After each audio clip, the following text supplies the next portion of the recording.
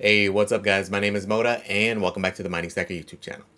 Today's video we have a few new models coming from Elphapex as well as further details on the new DG2. So we're going to talk about the DG2, the Elphapex DG2 Plus, as well as the newly announced Elphapex DG1S. Okay, we do have the full specs, we don't have full pricing, but we'll look at some of the vendors so we can kind of get an idea as to what to expect and kind of give our thoughts and opinions on them overall, and just briefly talk on Scrypt ASIC mining as a whole, as in case you haven't noticed with this little pump, prices have gone up, so we'll kind of touch on that. If that sounds good, guys, stay tuned. Let's get right to this thing. So they gave us a few more details. We were kind of guesstimating, we're pretty much on par, but it turns out that there's actually two variants. So there's the DG2 and the DG2 Plus, right? So it's going to be very similar to the DG1 Plus relationship, where the 2 Plus is going to be slightly more efficient, not massively, but about a 10% increase in efficiency, as well as just more overall hash rate, right? So the previous formula was essentially more chips clocked lower on the Plus model, right? So it seems like it's probably going to be the same thing here. So as we look at the official specs, again, this is directly coming from Elphapex now. The DG2 Plus is 20.5 gigahash, so 20,500 megahash at 3,900 watts, giving you that 0.19 joules to megahash. The DG2, so this is going to be the regular model. So the specs we had listed before was actually for the DG2 Plus. The DG2 is going to be 16 gigahash at 3,520 watts, so extremely similar to the L9.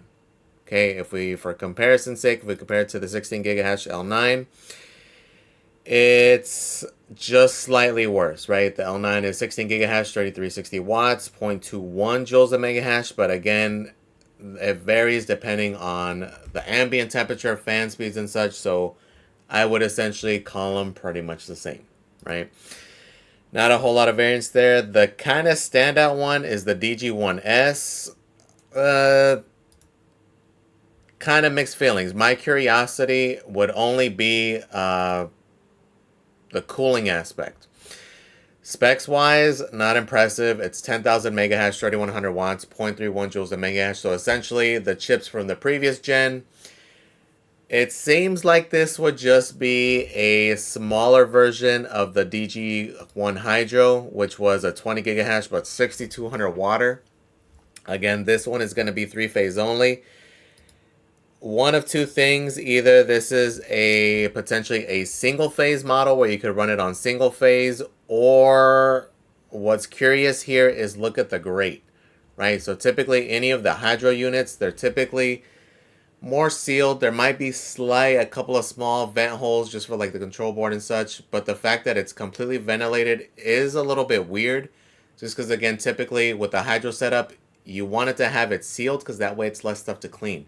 Right, that's the advantage with the hydro units, is that it's essentially can be a sealed unit, so you don't have to worry about dust or cleaning any of that sort. So the fact that it's like fully grates kind of is weird. Don't think it's going to be an air-cooled unit because again, this is a server-style configuration. Is it possible that it's liquid-cooled, like not a full hydro setup, but potentially its own little radiator of some sort? Kind of doubtful also, just because again the thickness of it to cool 3,100 watts with a radiator would be something a little bit more hefty. So that part would be interesting just to see how it's cooled, but realistically I think it's just a hydro unit. But the curiosity would kind of end with just figuring out the cooling, just to kind of learn about it more than anything, because realistically, specs wise, this thing is pretty bad.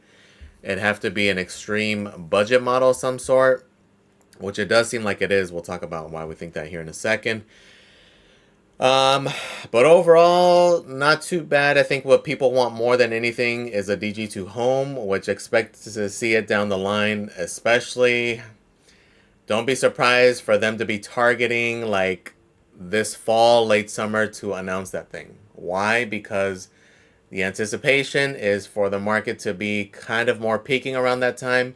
What typically happens when we're peaking, retail's more involved, and that would be something more appealing to retail.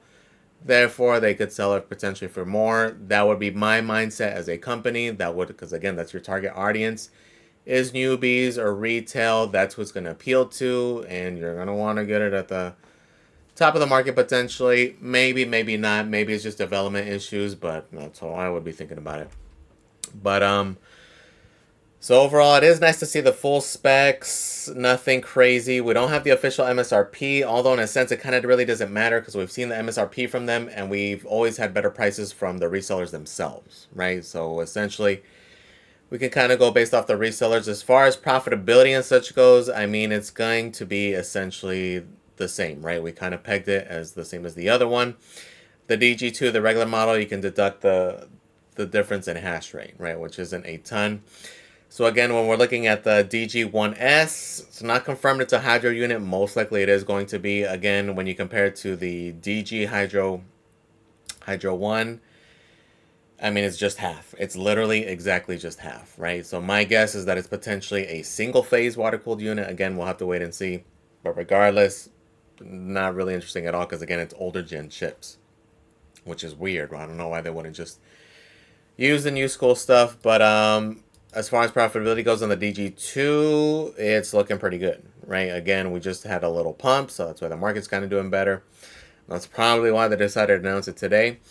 But at a 10-cent kilowatt hour, you'd be profiting right around $20 a day, right? Again, a hefty on the power, though, about 3,900 watts. So in a sense, the DG2 could be slightly more appealing, and depending on what you're trying to do with it, right? If you're in a hot climate, like I see something there damn near 4,000 watts, to me, I think of heat dissipation, right? Typically, I'm cooling like 3,000, 3,500 watts.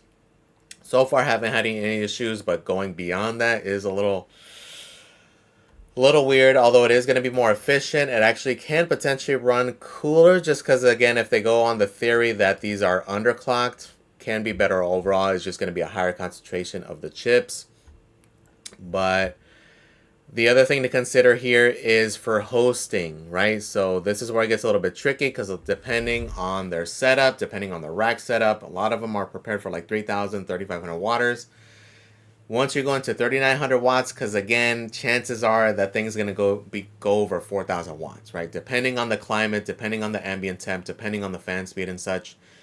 So just kind of keep that in mind. You may have kind of slight issues regarding that just because it just depends on the host, right? So just something to consider there if you're considering either one of those. So again, not really that big of a thing. Again, the DG1S, it just seems like it's going to be a budget model that's going to be Hydro. Again, looking at Apex Toe, they have it at 3,820 because they do have it listed already. They do have certain pricing on the DG2 Plus. They have it at $8,700 and then $7,700 for the DG2, right? So this is one of those where realistically, if you're going to get it, you might as well get the better model for it being such a small difference. But when we compare it to everything else, is it really that much better? Is like the DG2 worth it? I would get the L9. I mean, even in regards to the DG2 Plus, like yes, it is going to be about 10% more efficient.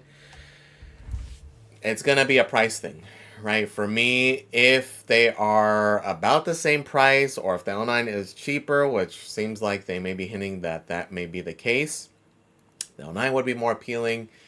So far, Elphapex has been doing a pretty good job. I haven't heard too many complaints. I do have a little DG Home 1. The thing's been running for a few months without any issues at all. So at least on that note, I can say positive things about it. So in reality, again, it's going to come to price once we do have actual shipping windows, which again, we're seeing June is what a lot of the other vendors are saying. We're going to have to wait and see, right? But realistically, that's going to be the thing. Also factor in Volk Miner is also supposed to be releasing a new unit here.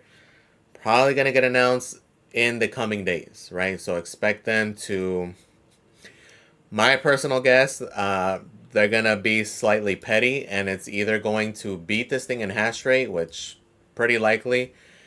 My guess is they're going to try to come in, also try to beat the efficiency, right? So don't be surprised to see it like right under, be like 0.18, 0.17, somewhere in that range. But I think if they're going to release a model, it's going to beat them in one of the categories, either slightly better in the efficiency or just slightly over on the hash rate, right? So we'll see what ends up coming from there. And then because of this pump, right, what ended up happening, prices started going up, of course, right? So even right now, the 16 gigahash model is over 9 grand on Nhash. If we look on Miner Bros, the 16 gigahash model is 9,500. So typically it's always a little bit more. The US stock is dried up, right? So Miner Bros did have a US stock version for 10.2. We saw Bitmars, again, just a few weeks ago, did have a US spot allocation that is no longer. So those did sell out, of course, with this pump. It's to be expected. As far as the tariff situation go, there was a deal, and that's part of the, not part of the reason, that's been the reason for the recent pump here. It's not a complete deal though. It's a pause on tariffs. It does go down from the 145% down to 30%. So it is a good thing, but it's not a final deal. So don't be surprised to see kind of more games. Nothing came up with de minimis. So far, that's still not a thing. Maybe it'll get worked out here in the coming days. We still haven't seen any news on that front, right? So it's still going to be tricky. Talk to your reseller, talk to your vendor if you're ordering any of these things so you can kind of get the scoop on what to expect, right? But overall, though, the Elphapex units, it's more the same. Again, we need to see actual pricing. More than anything, I want to see the shipping window. Is it really going to be June? Because if that's the case, that's literally in a few weeks. They haven't given us the price. It is a little bit weird. I'm sure that this price pump did kind of change things, but we'll see where they come in at so we can compare it with the L9, right? And we'll see what Volkminer does. And don't be surprised to see them just continue to release units. Again, there is going to be that big batch of the L7s coming next month from Bitmain. So expect to see that hash rate just continue because, again, as the price pumps, as everything goes up, this is when people just want to start jumping in. So just expect that to continue to happen, right? And if Doge's price continues on this trajectory, expect prices to just increase. We'll see where we go, though. There's going to be volatility. We already saw it today. We started the morning extremely well. We did dip down quite slightly. And again, it's just the whale games. We know whenever there's a firm date for anticipation of a pump, there's going to be whale games with people shorting, longing, short squeezes, long squeezes, etc., etc. So don't be surprised to see that kind of stuff. But let me know in the comments, guys. What do you guys think? Is it kind of expected? Or I think a lot of people really want a DG2 home, right? I think that's what a lot of people are focused on. We want to see the price of these things just so we can kind of compare. But again, paying like 9-10 grand for an ASIC at this point, not super appealing. We're going to have to see what Doge does here in the coming days, weeks. We'll see. Let me know in the comments, though, guys. What do you guys think? Please comment, like, and subscribe, guys. Thank you for watching. I really do appreciate it. And I am out.